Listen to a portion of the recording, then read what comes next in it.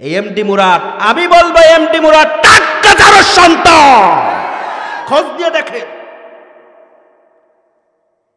যদি প্রমাণ না হয় আমি আর জীবনে ওয়াজ করব না, কোরআন মিথ্যা। যারা আলেম ওলামার সাথে বিয়াদবি করবে, কোরআনের সাথে যারা বিয়াদবি করবে, তারা টিকে থাকতে পারে নাই। কথা কন না পারছে? যদি আগুন লেগে পুড়ে যায় পৃথিবীর সব বইয়ের দোকান, তবে বিশ্ব থেকে হারাবে না পবিত্র কোরআন। হারাবে? হ্যাঁ। অথচ এই কোরআনকে ব্যান করার জন্য অনেক চেষ্টা করতেছে, আছে না নাই? বেধর্মীরা পূজা দেয় না? পূজা দেয়। ওরা কিন্তু পূজা দেওয়ার সময় দেখবেন ঠাকুর মশাই বসে থাকে, এরভাবে বসে না, বসে কি পড়ে? যাহা দেবী সর্বভূতে শান্তি রূপে অং নমস্তুস্যহি নমো নমঃ অং লং জ্যেষ্ঠং শ্রেষ্ঠং পর্ণং ব্রাহ্মণ আল্লাহ রসুল মোহাম্মদ রকম পরশ আদাল্লে বুকানি কতম। আছে না নাই? বাকিগুলো আর নাই বলি। সম্মানিত হাজিরিন, এখন এই যে পড়তেছে আর জনগণ বলতেছে আহ আমাদের ঠাকুর মশাই খুব ভালো পারে, এইভাবে মানে বাবু হয়ে সুন্দর করে বসে শ্লোক পড়তেছে, আবার মাঝে মাঝে জোরে জোরে ঘন্টা পিটায়। হ্যাঁ না? আচ্ছা বুঝলাম না যে ঘন্টা পিটায় কি।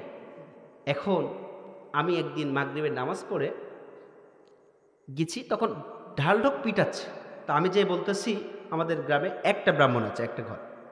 আমি বলতেছি আজানের সময় নামাজের সময় তোমাদের বন্ধ রাখতে হবে, 15 থেকে 20 মিনিট অন্তত বন্ধ রাখতে হবে। আমরা বাধা দিচ্ছি না, কিন্তু নামাজের সময় তোমরা এখানে তো নামাজ পড়ি, এই যে মসজিদ আর তোমরা মন্দিরে, এই পাশাপাশি যে আওয়াজটা যে আমাদের নামাজের ব্যাঘাত হয়, তোমরা সারা রাত দিন রাত 24 ঘন্টা করো, আপত্তি নাই। কিন্তু আমাদের দাবি হলো আমরা যখন নামাজে যাব অন্তত সেই সময় তোমরা এই আওয়াজটা করবে না। এখন আমি বলা একটু রেগে গেল, রাগার পরে আমি আবার ঠান্ডা করে দিলাম তাদেরকে বুঝাই।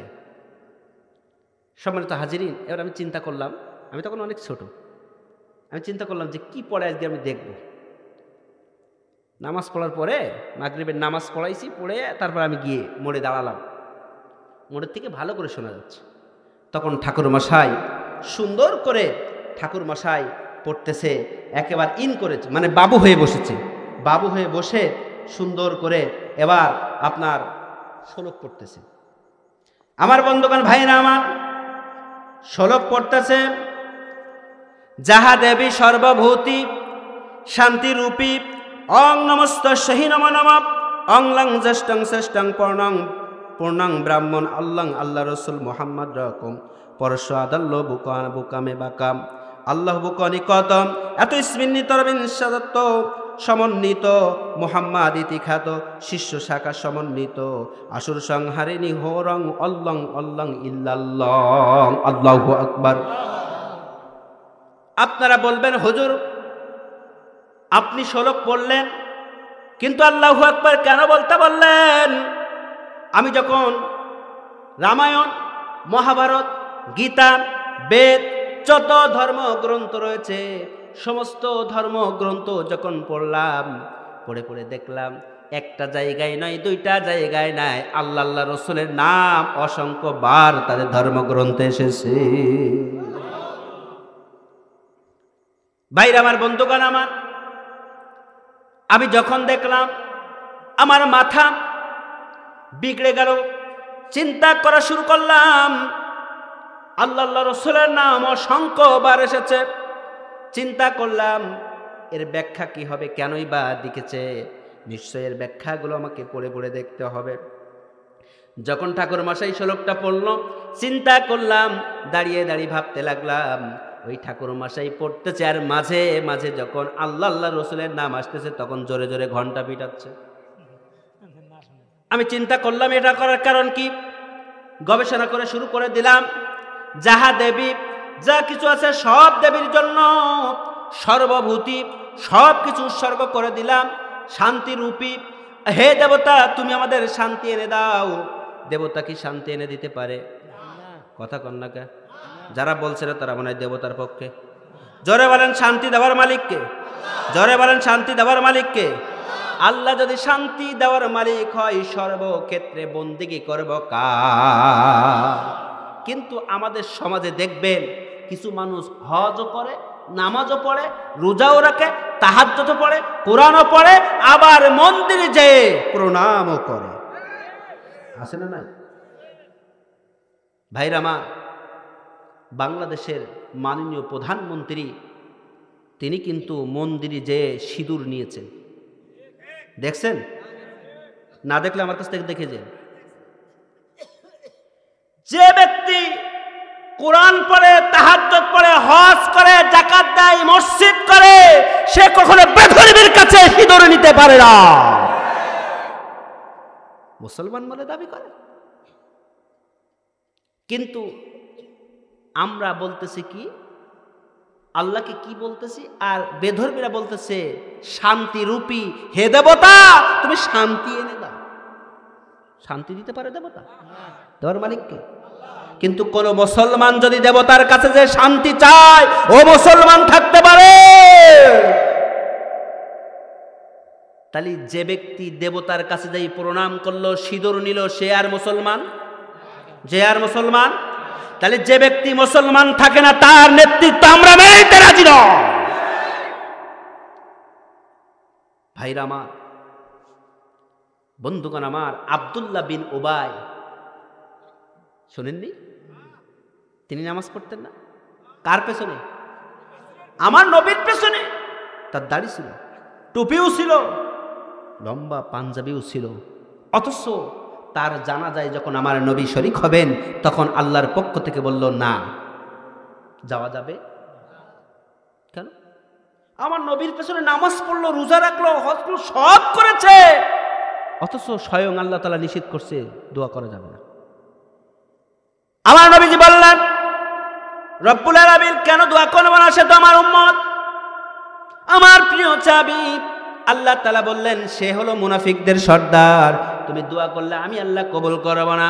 আমার নবীজি বললেন, 70 বার দোয়া করব, আপনাকে কবুল করতে হবে। আর আল্লাহ তাআলা বললেন, তুমি 70 বার কেন, 71 বার দোয়া করলে আমি আল্লাহ তাআলা কবুল করব। অনেকবারের কথা এসেছে, কিন্তু আমার নবী সাল্লাল্লাহু আলাইহি সাল্লাম যার জন্য দোয়া করার জন্য ব্যস্ত, অথচ ওই ব্যক্তিকে আল্লাহ তাআলা বললেন মুনাফিক বলে ঘোষণা দিলেন, মুনাফিকদের সর্দার বলে ঘোষণা দিলেন। কিন্তু উনি নামাজ পড়ছেন কার পেছনে? রাসূলের পেছনে নামাজ পড়লেন, হজ করলেন, যাকাত দিলেন, সব হুকুম আহকামগুলো মানলেন, শুধুমাত্র একটা হুকুম মানে নাই, ওয়া মালাকুম লা তুকাতিলুনা ফি সাবিলিল্লাহ। 75 নম্বর আয়াত। তোমাদের কি হয়েছে? তোমরা কেন আল্লাহ রাস্তায় জিহাদ করো না? ঘোষণা কার? এই আয়াতটা মেনে নিতে পারেনি, এই আয়াতটা মেনে নিতে পারেনি। আজকের সমাজে দেখবেন হুজুর সব পড়েন, কিন্তু খবরদার জিহাদের ওয়াজ করবেন না, সন্ত্রাস বেড়ে যাবে। আছে না নাই? এখন কথা হচ্ছে, আব্দুল্লাহ বিন উবাই বিন সুলুল, সে নামাজ পড়ার পরেও জাহান্নামী। সে নামাজ পড়ার পরে কি জাহান্নামী? কথা কর, নামাজ পড়ার পরেও জাহান্নামী। এটা কি আমরা মানি? ভাইরা আমার, তাহলে আমাদের সমাজে যারা নামাজ পড়বে, রোজা রাখবে, হজ করবে, যাকাত দিবে, তাহাজ্জুদ পড়বে, আবার মন্দিরে যেয়ে পূজা করবে, ভোগ খাবে, বুঝতে হবে ওরা জাহান্নামী। ওদের নেতৃত্ব মেনে নেওয়া যাবে না, যাবে না, যাবে না। আমরা কোন জাহান্নামীর নেতৃত্ব মানতে চাই?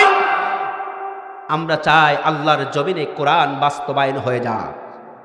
কি চাই? কোরআন। সম্মানিত হাজিরিন, এই কোরআন বাস্তবায়ন করতে হলে গায়ের তাজা রক্ত দেওয়া লাগবে। কথা কন না কে? আমার বন্ধুগণ, ভাইরা আমার, মূল আলোচনায় চলে যায়। পবিত্র কোরআনুল কারিমের 114টি সূরার 107 নাম্বার সূরা, কয় নাম্বার সূরা বলেছি? 107 নাম্বার সূরা। আমার বন্ধুগণ, ভাইরা আমার, আপনাদের সামনে আমি যে আলোচনা করতে চাই 107 নাম্বার সূরা। এই 107 নাম্বার সূরা হলো ধারাবাহিকভাবে সিরিয়ালের দিক থেকে 107 নাম্বার কয় নাম্বার? আমার বন্ধুগণ ভাইরা আমার, তাহলে পবিত্র কোরআনুল কারীমের 114টি সূরা, ক্রমিক দিক থেকে 107 নাম্বার সূরা আপনাদের সামনে তেলাওয়াত করেছি। কয় নাম্বার সূরা? 107 নাম্বার সূরা আপনাদের সামনে তেলাওয়াত করেছি। 30 নাম্বার পারার প্রথম নাম্বার রুকুর 1, 2, 3 আয়াত আপনাদের সামনে তেলাওয়াত করেছি। আল্লাহ পাক রব্বুল আলামিন তৌফিক দিলে এই আয়াত দ্বয়ের উপরে আপনাদের সামনে কিছু কথা বলতে চাই। আল্লাহ পাক রব্বুল আলামিন আমাকে বলার, আপনাদের শোনার, সকলকে মানার তৌফিক দান করে দেন। বলবেন আমিন। সম্মানিত ভাইরা আমার, পবিত্র কোরআনুল কারীমের 107 নাম্বার সূরা, সূরা মাউন। মাউন শব্দের অর্থ হলো সাহায্য, সহায়তা। মাউন শব্দের অর্থ কি বলেছে? চিল্লায়ে বলেন। সাহায্য, সহায়তা। আমার বন্ধুগণ ভাইরা আমার, এর আয়াত সংখ্যা হলো 7টা। কয়টা? আয়াত সংখ্যা 7টা। রুকু হলো 1টা। রুকু কয়টা?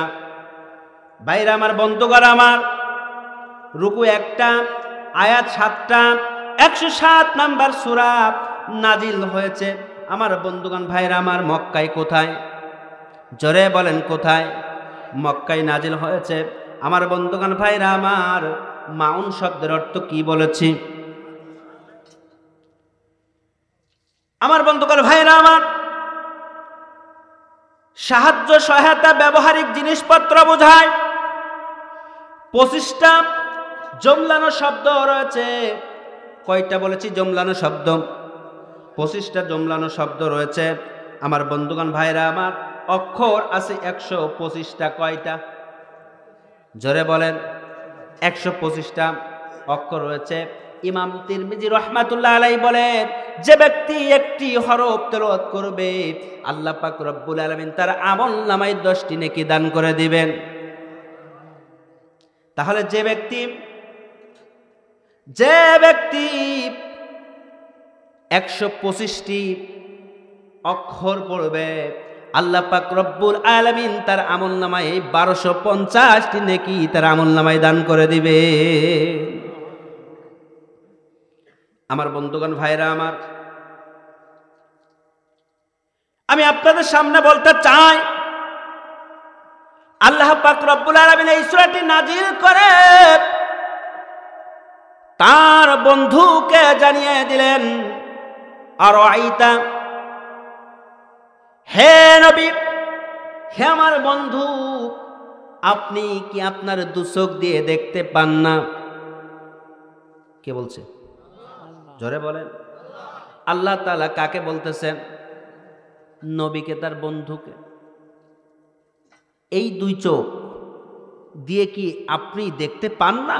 কিন্তু আমার নবী দেখতে পেতেন কি পেতেন না, এটা কি আমার মালিক জানতেন না? জোরে বলেন, জানতেন না? কিন্তু তারপরেও আল্লাহ তাআলা বললেন কি, আরাইতা, হে নবী, আপনি আপনার এই দু চোখ দিয়ে কি দেখতে পান না? আমার নবী বললেন, ইয়া রব্বুল আলামিন, কোন জিনিস দেখার কথা বলছেন আপনি? আপনাদের কাছে যদি জিজ্ঞাসা করি, ভাই আপনি কি দেখতে পান না, তাহলে নিশ্চয় আপনি বলবেন, হুজুর কোন জিনিস দেখার কথা বলতেছেন? বলবেন না? আমার নবী সাল্লাল্লাহু আলাইহি সাল্লাম বলতেছেন, রব্বুল আলামিন, আপনি কোন জিনিস দেখার কথা বলতেছেন? আল্লাহ তাআলা বললেন, আল্লাহ পাক রব্বুল আলামিন বললেন, হে নবী, আপনি কি আপনার দু চোখ দিয়ে দেখতে পান না? আমার নবী বললেন, ইয়া রব্বুল আলামিন, কোন জিনিস দেখার কথা বললেন?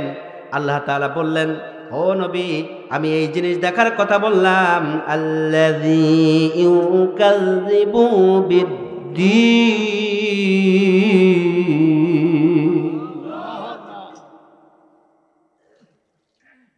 যারা কিয়ামতের দিনকে, ও ইসলামকে বিশ্বাস করে না, অবিশ্বাস করে। আপনি কি এই শ্রেণীর, এই ধরনের, এই প্রকারের মানুষদেরকে আপনি দেখতে পান না? কথা কার? আল্লাহ তাআলা বললেন তার কাকে? তার বন্ধুকে। তাকে? তার বন্ধুকে বললেন। আমার নবীজি বললেন, রব্বুল আলামিন, আমি দেখতে পাবো কোথায়? আপনি যেভাবে বলতেছেন কিয়ামতকে অস্বীকার করে, ইসলাম বিশ্বাস করে না, এমন মানুষ তো আমি খুঁজে পাচ্ছি না। কারণ আমার পেছনে নামাজ পড়ে, রোজাও রাখে, হজ করে, যাকাত দেয়, সব কিছু করে, ইসলামের বিরোধিতা করে না। যারা আছে তারা সবাই তো আপনার হুকুমগুলো যথাযথভাবে মানে। তাহলে আপনি যে বলতেছেন এরা কোন জায়গায় পাবো এদেরকে? আল্লাহু আকবার বলবেন না? আমার নবীজির কথা শোনার পরে রব্বুল আলামিন বললেন আছে। আল্লাহ তাআলা বললেন আছে। যারা নামাজ পড়ে, রোজাও রাখে, হজ করে, যাকাত দেয়, এই সকল মানুষদের মধ্যে তারাই আছে। তারা কিয়ামত এবং আল্লাহকে বিশ্বাস করে না, দিনকে বিশ্বাস করে না। আল্লাহ নবী বললেন, রব্বুল আলামিন, আপনি আরেকটু ভালো করে বলেন, আমি তো খুঁজে পাচ্ছি না। আল্লাহ তাআলা বললেন, হে আমার বন্ধু, তাহলে আপনি শুনে নেন, 6টা গুণাবলী তাদের মাধ্যমে পাওয়া যাবে। কয়টা?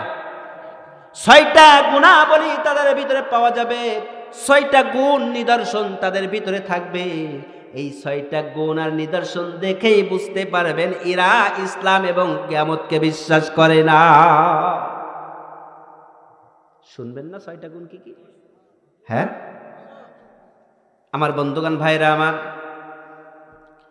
একটু লক্ষ্য করলেই বুঝতে পারবেন।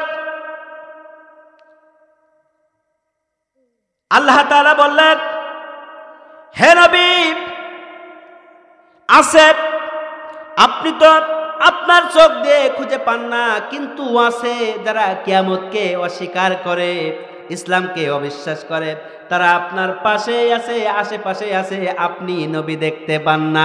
আমি আল্লাহ তাআলা যখনই জানায় দেব, আপনি অবশ্যই তাদেরকে দেখতে পাবেন। আল্লাহু আকবার। কে বলছেন? এখন আমাদের সমাজে কিয়ামতকে অস্বীকার করে, ইসলামকে বিশ্বাস করে না, এমন লোক আছে না নাই? আছে না? এই ডাক্তার মুরাদ কথা কর না কে? হ্যাঁ, সে কোথায়? মারাবদা ভোগে। ভাইরা মা, একটা কথা কিন্তু স্পষ্ট হয়ে গেছে, এই কোরআনের সাথে জীবনে কেউ লড়ে পারেনি। আর কারণ কি জানেন? কোরআনের দায়িত্ব কে? কার হাতে? দুনিয়ার কোনো মানুষের হাতে? এর হেফাজত করবেন কে? কিয়ামত পর্যন্ত এর হেফাজত করবেন কে? তাই আমি আপনাদেরকে স্পষ্ট ভাষায় বলে দিতে চাই, একটি আয়াত নয়, একটি শব্দ নয়, একটি হরফ নয়, একটি জের নয়, একটি জবর নয়, একটি নুক্তাও পরিবর্তন করার এখতিয়ার আপনি পারবেন না। কারণ এর দায়িত্ব নিয়েছেন কে? পাকিস্তানের জিয়ামল দুর্ঘটনায় ভাই বিমান পুড়ে ছাই হয়েছে, কুরআন পড়ে না। আছে না নাই? পাকিস্তানের জিয়া যখন বিমান দুর্ঘটনায় মারা গেল, কুরআন পড়ছিল? হ্যাঁ, কুরআন পড়ে নাই। এর রক্ষণাবেক্ষণ করছেন কি?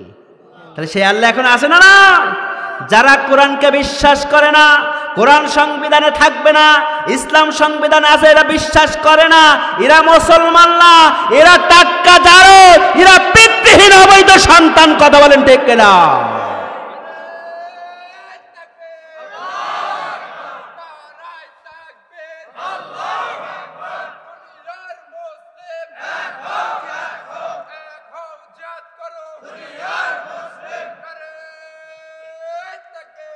আমার বন্ধুগণ, ভাইরা আমার,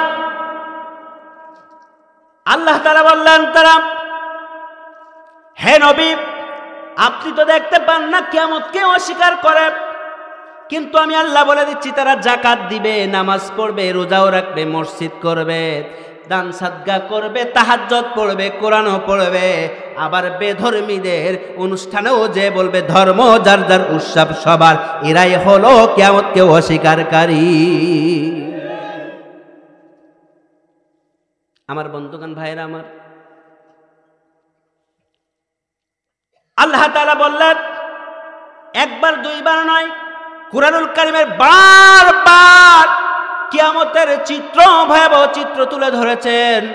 কে ধরেছেন?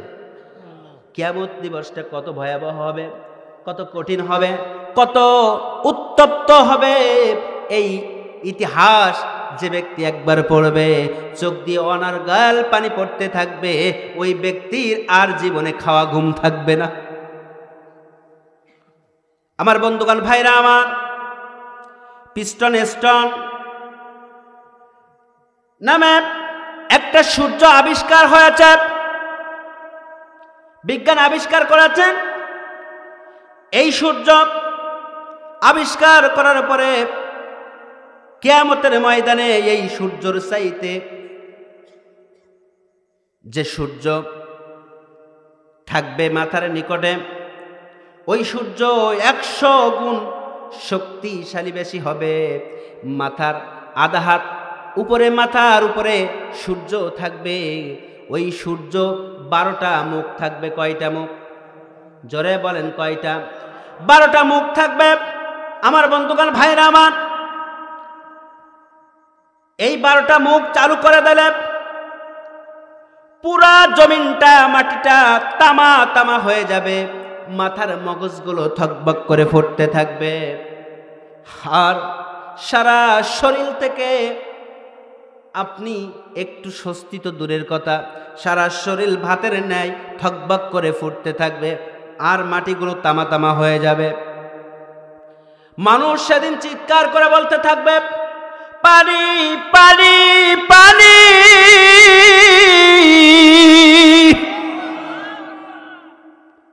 কিয়ামতের ময়দানে আর কোনো আওয়াজ খুঁজে পাওয়া যাবে না, একটাই আওয়াজ খুঁজে পাওয়া যাবে। সব মানুষেরা সেদিন বলতে থাকবে, পানি পানি পানি। আমার বন্ধুগণ, ভাইরা আমার, কিয়ামতের ময়দান এত কঠিন হবে। একজন যুবতী মেয়ে যদি গর্ভে সন্তান থাকে, কিয়ামতের ময়দানে এত কঠিন হবে। আমার নবীজি বলেন, দুনিয়াতে একটা সন্তান প্রসব করানোর জন্য ডাক্তারের কাছে সিজার করা লাগে, ধরনীদেরকে এনে তাদেরকে প্রসব করানো হয়। কিন্তু কিয়ামতের ময়দানে সিজার করা লাগবে না, ধরনী লাগবে না। এত কঠিন ভয়াবহ হবে, ওই কঠিন অবস্থাতে পেট ফেটে আপন আস্তে সন্তানগুলো বের হয়ে যাবে। আল্লাহু আকবার! এত উত্তপ্ত হবে।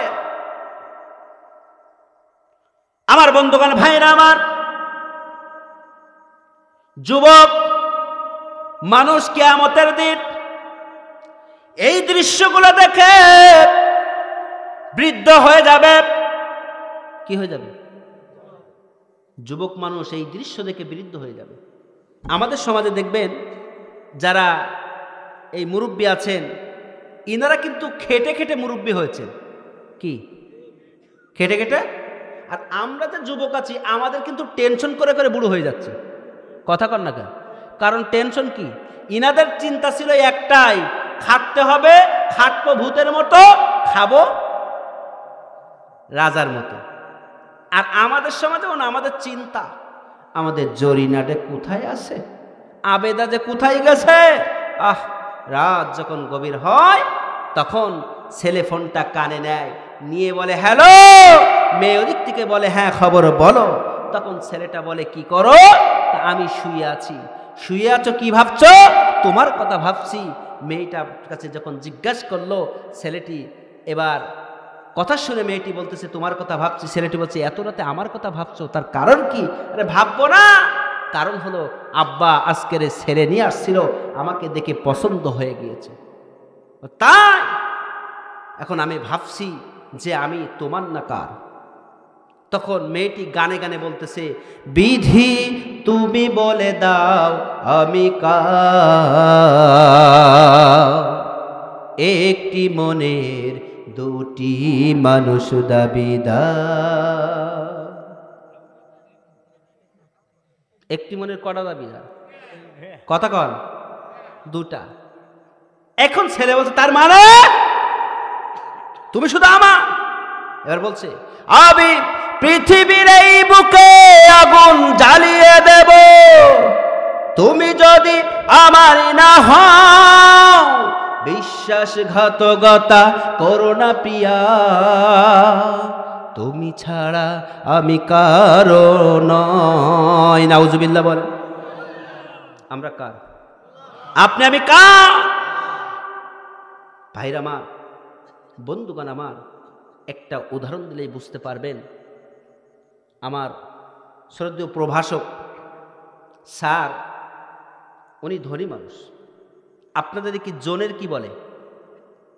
মানে যারা মাঠে কাজ কামার করে, হ্যাঁ, কৃষক না, কৃষক ঠিক আছে, কামলা, কামলা, কিষান বা কামলা, যাই হোক, লেবার, কামলা যেটাই বলে। প্রভাষক সাহেব তানার ধান খেতে, ভালো করে শুনবেন, তানার ধান চাষ করার জন্য ধান লাগায় না এদিকে। এখন এই ধান লাগাবেন বলে উনি 5 জন কামলা নিয়েছেন। কয়জন? 5 জন কামলা নিয়েছেন। উনি বলেছেন 8টা থেকে তোমাদের 5টা পর্যন্ত ডিউটি। কয়টা? 5টা বাজলেই তোমরা কি পাবা? মজুরি পেয়ে যাবা। শুধু কাজ হচ্ছে তোমরা কি করবা? রুয়ে যাবা। কাজটা কি? রুয়ে যাবা। যদি ফসল হোক চাই না হোক, এটা তোমাদের দেখার দায়িত্ব। তোমাদের 5টা পর্যন্ত ডিউটি করা। কয়টা? 5টা পর্যন্ত ডিউটি করা। উনি ওনার কাজে চলে গেছেন। ঠিক 4টা 45 বাজে যখন, তখন কিছু দুর্বৃত্তরা এসে ওই ফসল উঠানো শুরু করেছে। তখন এই যে 5 জন কামলা বলতেছে, ভাই কি করতেছেন এটা? আর মাত্র 15 মিনিট পরে আমরা মজুরি পাবো, আপনি এটার করিয়েন না। 15 মিনিট পরে আপনি কি করবেন, বীজ দেবেন কি নষ্ট করবেন, এটা আপনার বিষয়, কিন্তু এই 15 মিনিট আগে আপনি এই ফসলগুলো নষ্ট করবেন না। করলে আমরা মজুরি পাবো না। উনি কি মজুরি দিবেন? নষ্ট করলে মজুরি দিবেন? এখন কথা হচ্ছে, যখন এই কথা বলল কামলারা, তখন দুর্বৃত্তরা কথা শুনল না, তারপরও কাজ করতেছে। তখন এদের উচিত কি? কামলাদের উচিত কি?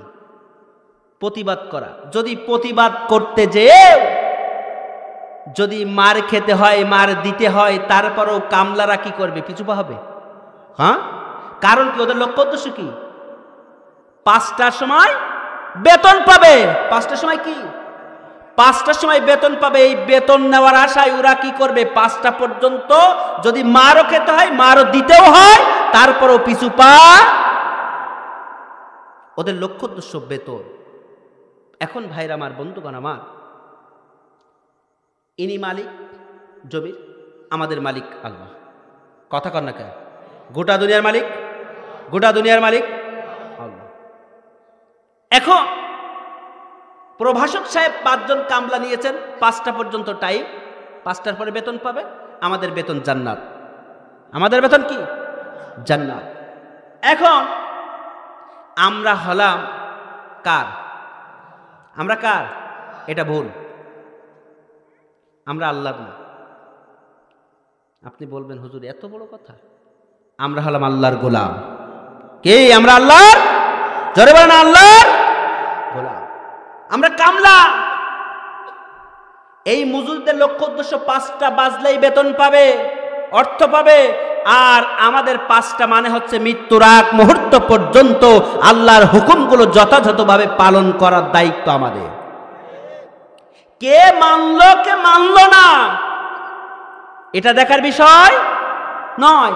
আমাদের দায়িত্ব যথাযথ বলে যাওয়া, করে যাওয়া। তাই জমিনে সেটা বাস্তবায়ন হোক চাই না হোক, এটা দেখার বিষয় না। এটা দেখবেন কে? আল্লাহ।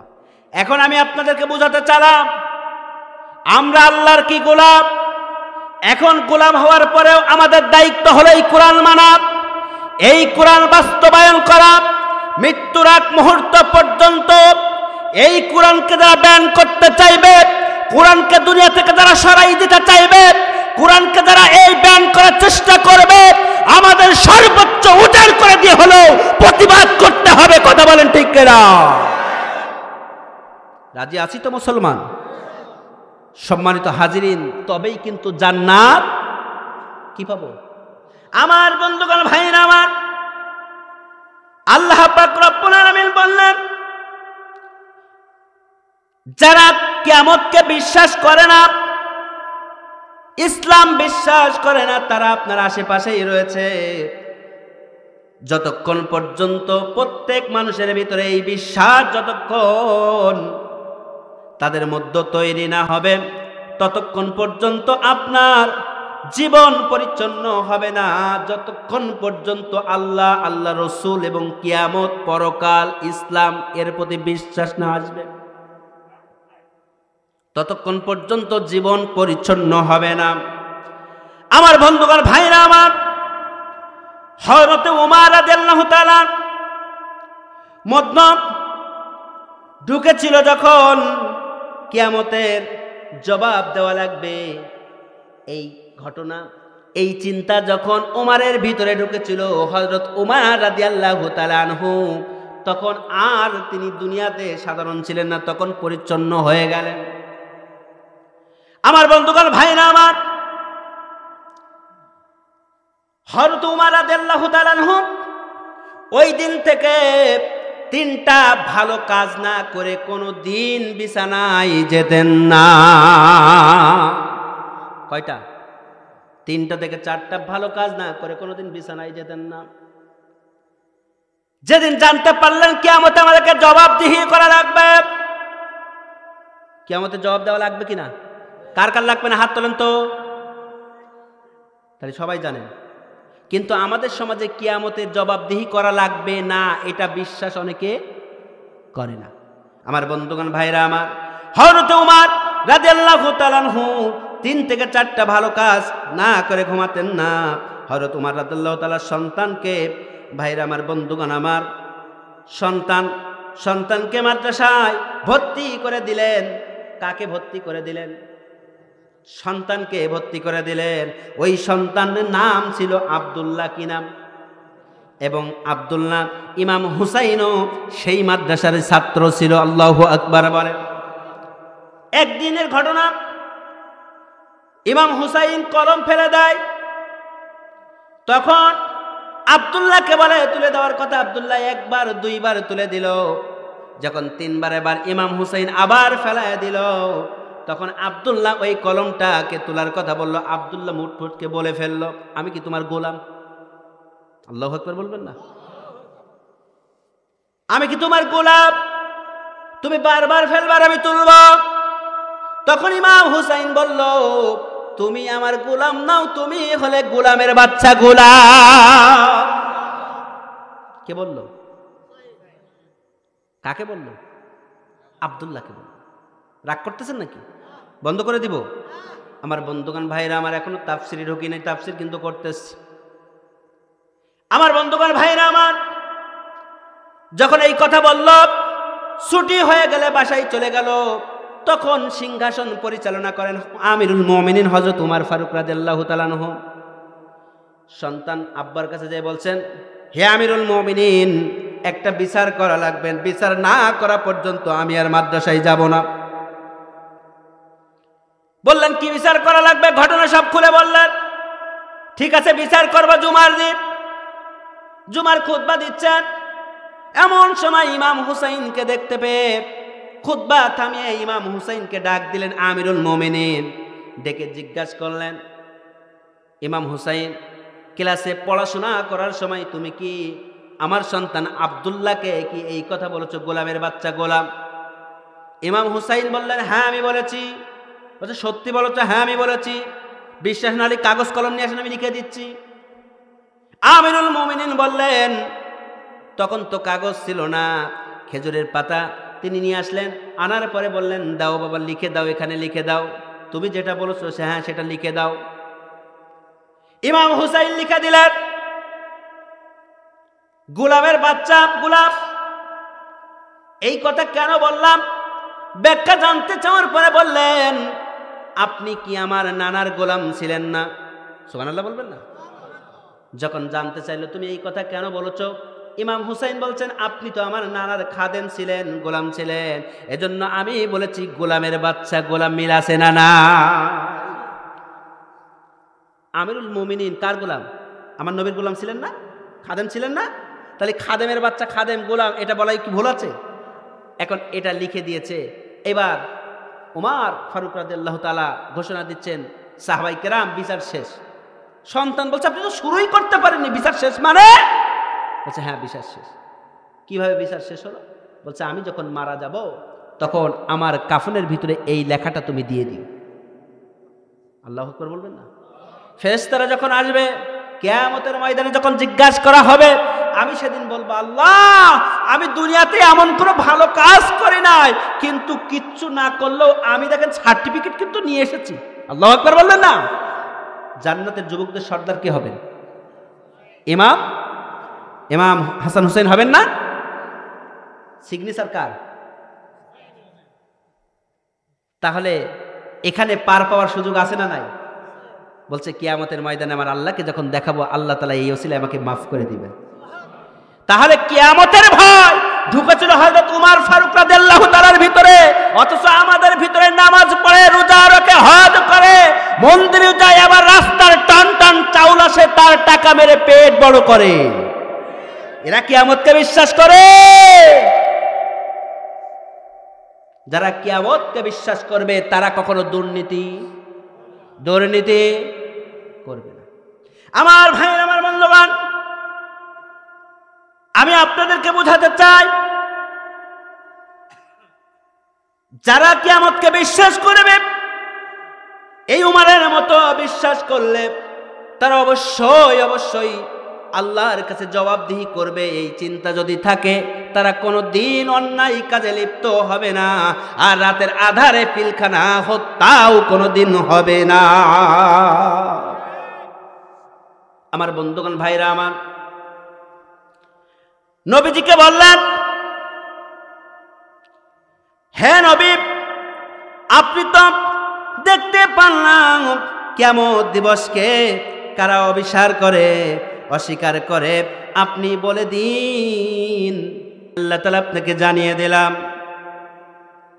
আল্লাহ তাআলা বললেন, আমি আল্লাহ তাআলা জানিয়ে দিলাম, ফাযালিকাল্লাযী ইয়াদউল ইয়াতীম।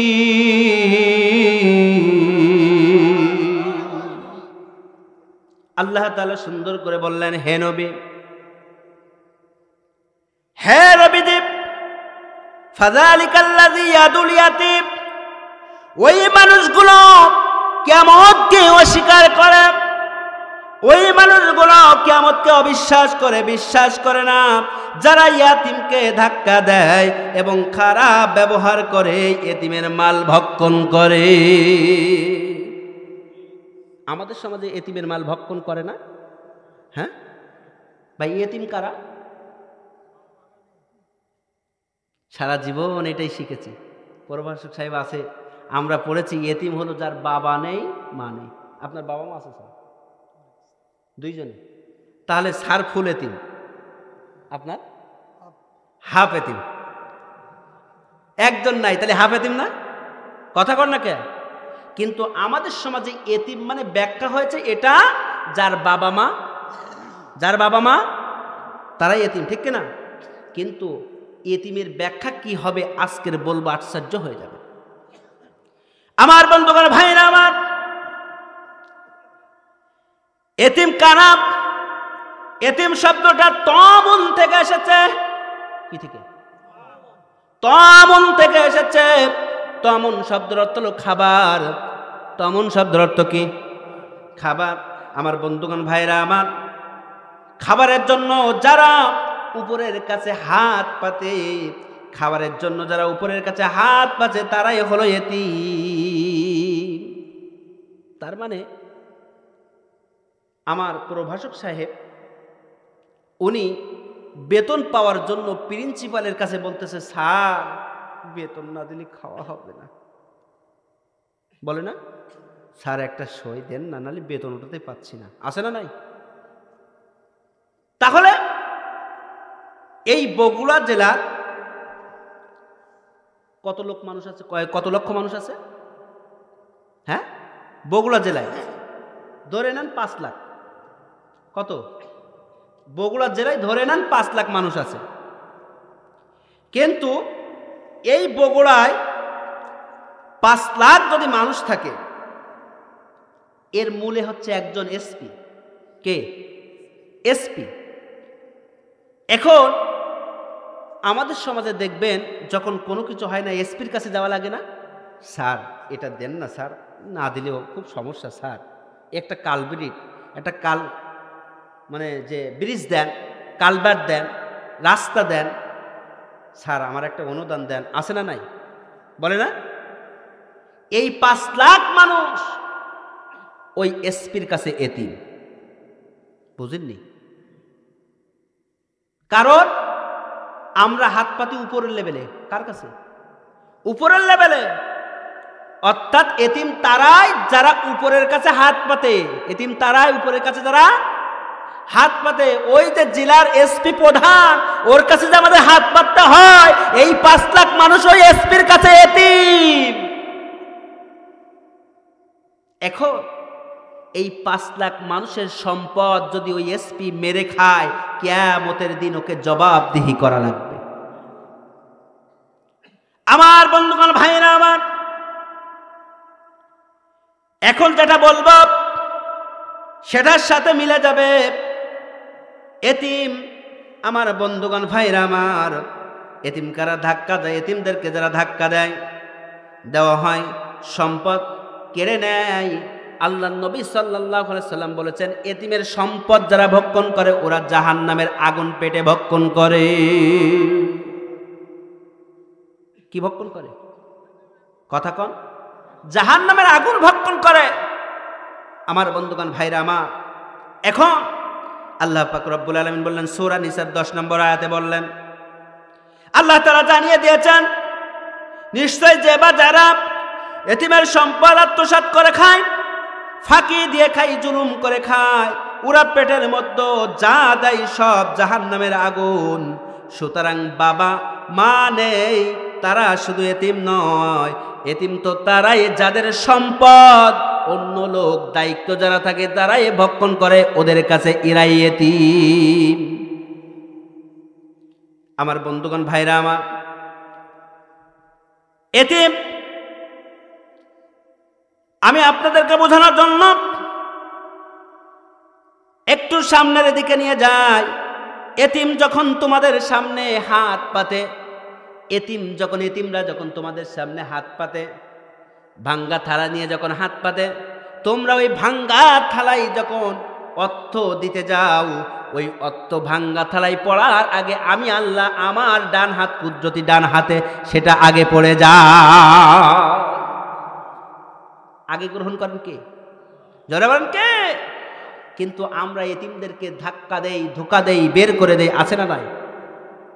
আমার বন্ধুগণ, ভাইরা আমার, আমি পঞ্চগড়ে এক উপজেলা আওয়ামী লীগ সভাপতি, ওনার কাছে গেছি মসজিদের একটা দাওয়াত নিয়ে।